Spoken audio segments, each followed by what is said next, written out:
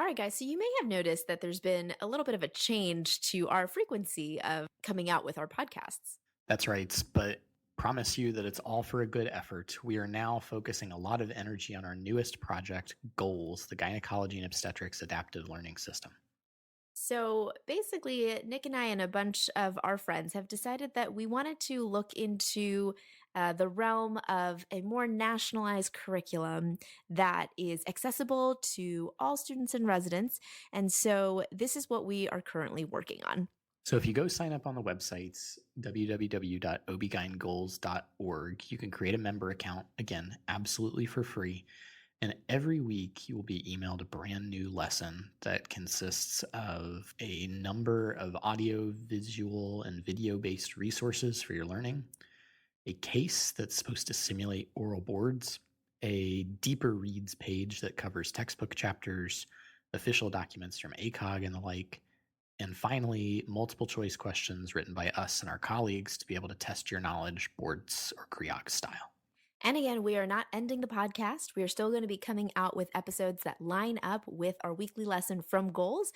But this just means that newer podcasts are going to be a little bit fewer in between. Again, stay subscribed here to CREOGs Over Coffee. You'll still get a podcast every single week, but check out Goals to be able to supplement your learning and take it to the next level. We hope you enjoy it.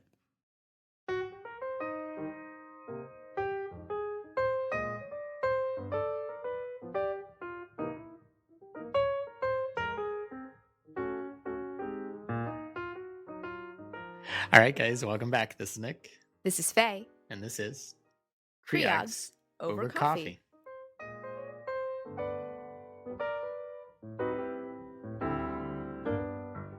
All right, so on today's episode, we're going to start with a little mini series on abortion, termination of pregnancy. And so we'll start with medication abortion in the first trimester. So Faye, what are our learning objectives today? So today we're going to learn about the epidemiology and barriers to medication abortion in the United States. We are going to discuss eligibility criteria for medication abortion and counseling. And finally, we're going to review medications, clinical screening, and contraception use with and after medication abortions. All right, Nick, so let's start us off. Let's kind of talk about the epidemiology of abortion. So how common is it? So in 2008, about 1.2 million abortion procedures were performed in the United States. More recent numbers suggest that 60% of abortions occur prior to 10 weeks of gestation, with medication abortions comprising almost 40% of all abortions in the United States. Medication abortion is certainly more attractive from a patient perspective, potentially, than procedural abortions because it can be done safely, effectively, and discreetly. So all obstetrician gynecologists should have a good understanding of medication abortion, even if they aren't providers of medication abortion.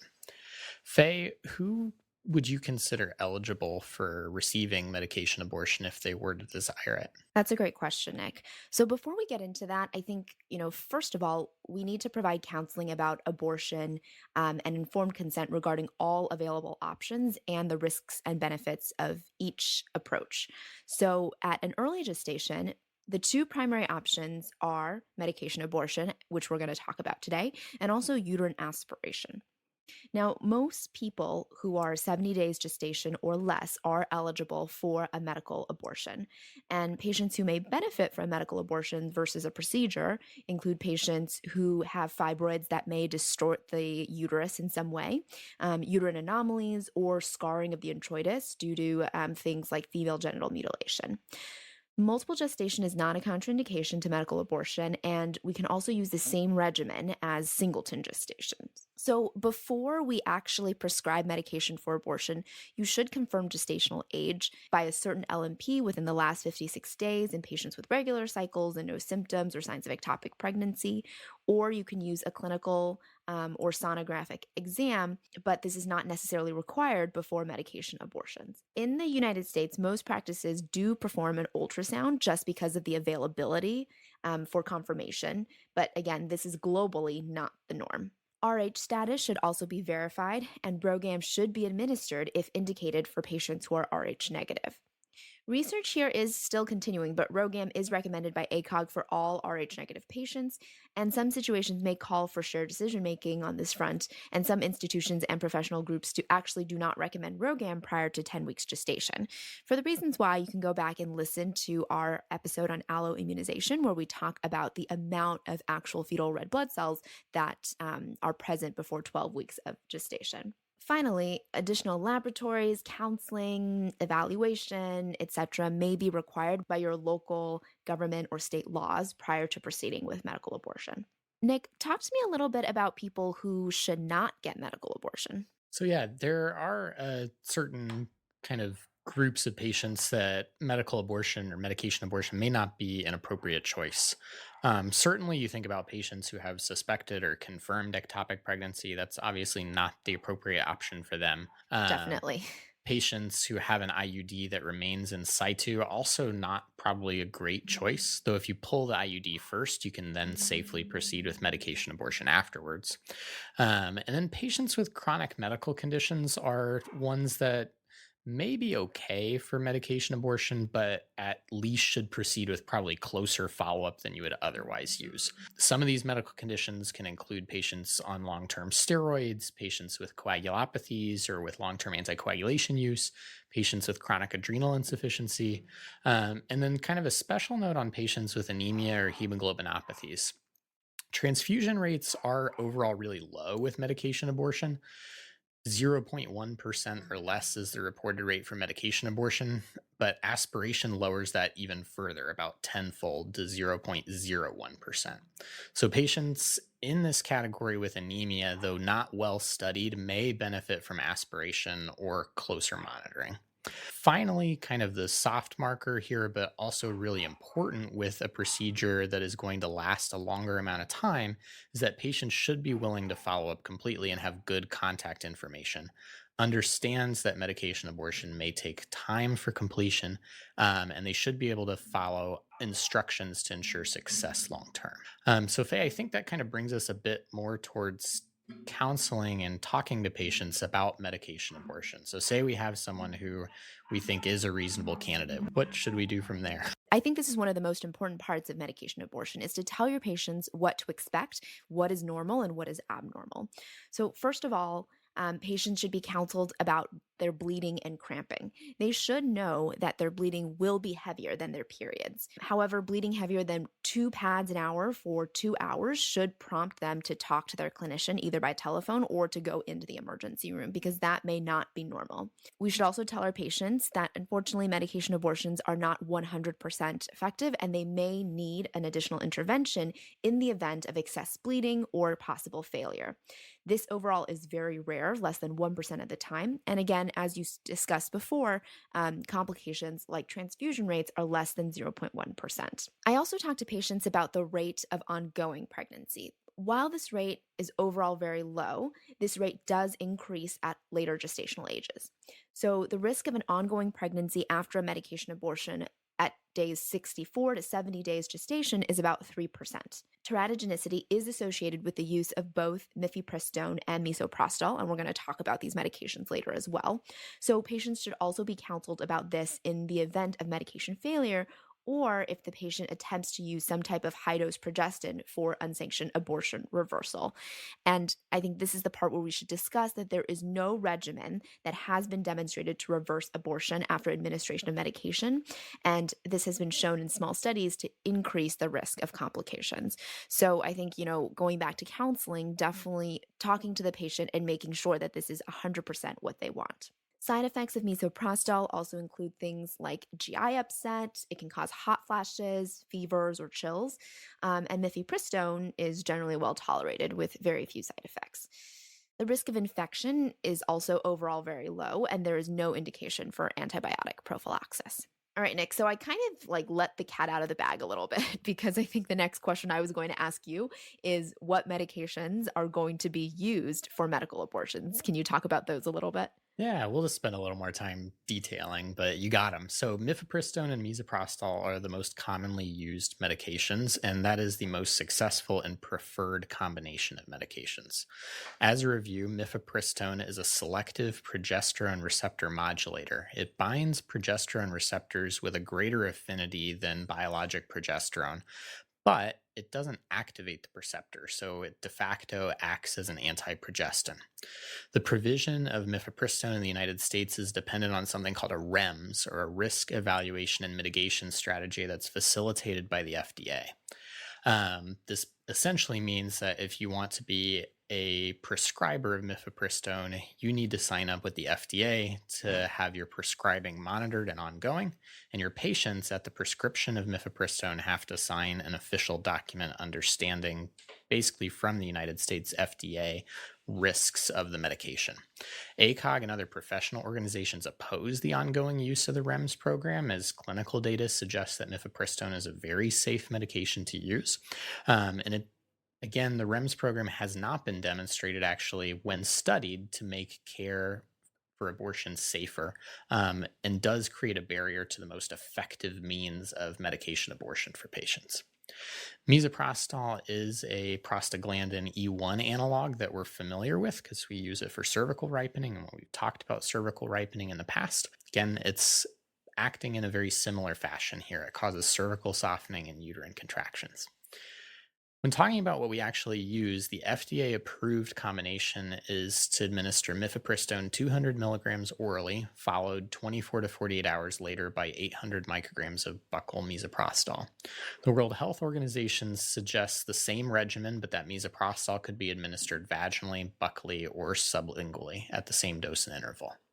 Success rates here are really high for this combination, ranging from 93 to 98%, with lower success rates seen at more advanced gestational ages. The risk of ongoing pregnancy, as you talked about, Faye, in the higher range of gestational age was small at about 3.1%. If you don't have access to mifepristone, misoprostol alone is an acceptable alternative. In this case, you'd use 800 micrograms either vaginally, sublingually, or buccally. And you can use it up to every 3 hours, and per the FDA, for up to 3 doses may be used. The WHO actually doesn't ascribe a upper limit on the number of doses of misoprostol that can be used. But it should be noted that mifi-meso in combination is a much, much more effective method, and that is definitely the preference to be used if it's available. Faye, we talked a little bit earlier about the importance of being able to talk with our patients after medication abortion to ensure success. So, what clinical follow up is actually needed after performing a medication abortion? Great question. So, we definitely want to follow up with our patients, and you can either follow up clinically or via telemedicine, which I think is becoming more and more common in this day and age of For coronavirus. sure. Essentially, what we want to do is to be able to determine if pregnancy expulsion has occurred. And clinicians are able to do this successfully with 96 to 99% accuracy based on symptoms alone. Wow. So, the use of pregnancy tests can also be a helpful adjunct to confirm expulsion, but they are definitely not necessary. We can also use ultrasound, but again, this may predispose patients to additional unnecessary procedures, and the measurement of the endometrial thickness does not predict need for subsequent aspiration or complications. However, if abortion is suspected to be incomplete, the patient can be counseled about aspiration versus a repeat dose of misoprostol or expectant management. And surprisingly, studies have shown that even with the gestational sac that is retained at 2 weeks after initial medication use, expulsion will usually occur spontaneously in the coming weeks. Ongoing symptoms such as irregular bleeding can persist in this case, so many patients may opt for intervention because they don't necessarily want to continue to have bleeding or cramping that continues to go on for weeks and weeks. I think the last thing we wanted to cover, Nick, is to talk about contraception. So, a lot of our patients who come to us wanting an abortion, again, don't want to get pregnant right away. So, what can we counsel them about using birth control either with their medication abortion or potentially afterwards? Yeah, and I think the fortunate thing here is that most contraceptive methods are actually safe to use almost immediately or at least soon after abortion. Certainly, if you're thinking about placing an IUD, you should wait until you've confirmed complete abortion. And so, usually, placing it a week after medication administration is a reasonable strategy. Kind of the one caveat to this are progestin based contraceptives. We talked earlier about the fact that mifepristone has that sort of anti progestin effect. And so, the thought process is that in using a progestin, you might displace that mifepristone or decrease its efficacy somehow if you add a different progesterone in there that's going to counteract it. A study has shown that with Depo-Provera use on the same day as mifepristone use for medication abortion, there actually is a greater risk of ongoing pregnancy in that case. I mean, that So totally makes sense. yeah, I mean, pharmacologically, it makes sense. So in this case, it's not an absolute contraindication, though if you are using Depo on the same day as mifepristone, patients should be counseled about that risk. For some reason, this risk actually hasn't been seen with an etonogestrel or Nexplanon implant. So again, that same counseling risk warning might be applied from a theoretical perspective, but at least clinically, it doesn't seem to have borne out. Other methods of hormonal contraception seem to be safe to start very soon with medication abortion and really should be started soon after because ovulation can occur quite quickly after a successful medication abortion. All right, Faye, I think that does it for this episode. Let's sum up quickly. Sure. So we first started off by saying that abortion itself is quite common in the United States. And in 2017, about 60% of abortions occurred prior to 10 weeks. Many women may choose medication abortions simply because they can be done safely, effectively, and discreetly at patients' preferred time. Eligibility for medication abortion really is part of your counseling. At early gestation, patients should be counseled that the primary options are uterine aspiration and medication abortion. Most patients at less than 70 days gestation are eligible for medication abortion, and these may benefit some patients, particularly patients with uterine anomalies or with scarring of the introitus due to infibulation. Multiple gestation is similarly not a contraindication. At the very least, gestational age should be confirmed, generally at least by LMP, though in the United States, sonography is generally indicated, and RH status verified. Medication abortion may not be totally appropriate for patients with suspected or confirmed ectopic, patients with an IUD in situ, or patients with certain chronic medical conditions, such as long term steroid use, coagulopathy or anticoagulation use, adrenal insufficiency, or anemia or hemoglobinopathies. Finally, patients need to be willing to follow up completely and have good contact information, understanding that medication abortion may take some time for completion and be able to understand instructions. One of the most important parts of medication abortion is counseling and making sure that your patients understand the expectations for bleeding and cramping and to know when to contact their healthcare provider if their bleeding is beyond what is normal. Should also counsel patients about the rate of ongoing pregnancy, which is quite low. However, the risk of failure can increase with increasing gestational age. We also should talk to patients about the side effects of the medications that we use, including misoprostol and mifepristone, as well as the risk of transfusion, complication, and need for possible procedure after medication abortion. The two primary medications used for medication abortion are the combination of mifepristone, the selective progesterone receptor modulator, and misoprostol, the prostaglandin E1 analog. This combination of 200 milligrams mifepristone, followed 24 to 48 hours later by 800 micrograms of buccal misoprostol, has a success rate ranging from 93 to 98%, with the rate of ongoing pregnancy in the 64 to 70 day gestational age range small at 3.1%. Meso alone can be used, however, is not preferred as Miffy Meso combination is much more effective.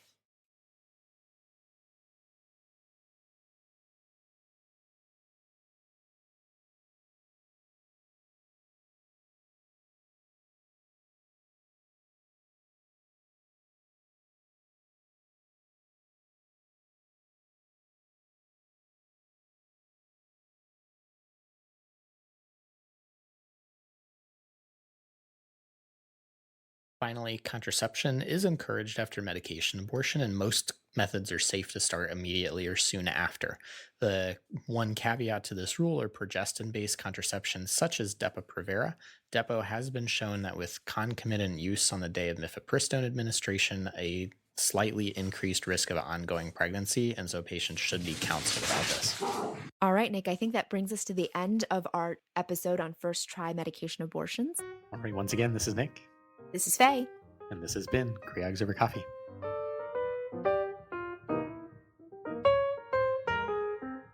So guys, if you enjoy the show, go ahead and go on to Apple Podcasts, Google Podcasts, Spotify, your favorite podcatcher. Give us a 5-star rating and review. You can find show notes for this episode on creogsovercoffee.com, but remember, check out our newest project, Goals, at www.obgynegoals.org to supplement your learning even further with multiple choice questions, more audiovisual resources beyond the podcast, and oral board style cases. We think you're going to love it. You can also find us on the social media on Facebook and Instagram at creogsovercoffee, on X at creogsovercoff1. Make sure to like and follow. And finally, if you have a question for us, a correction to this episode or any of our prior episodes, or just want to say hello or suggest a new lesson, email us creogsovercoffee@gmail.com.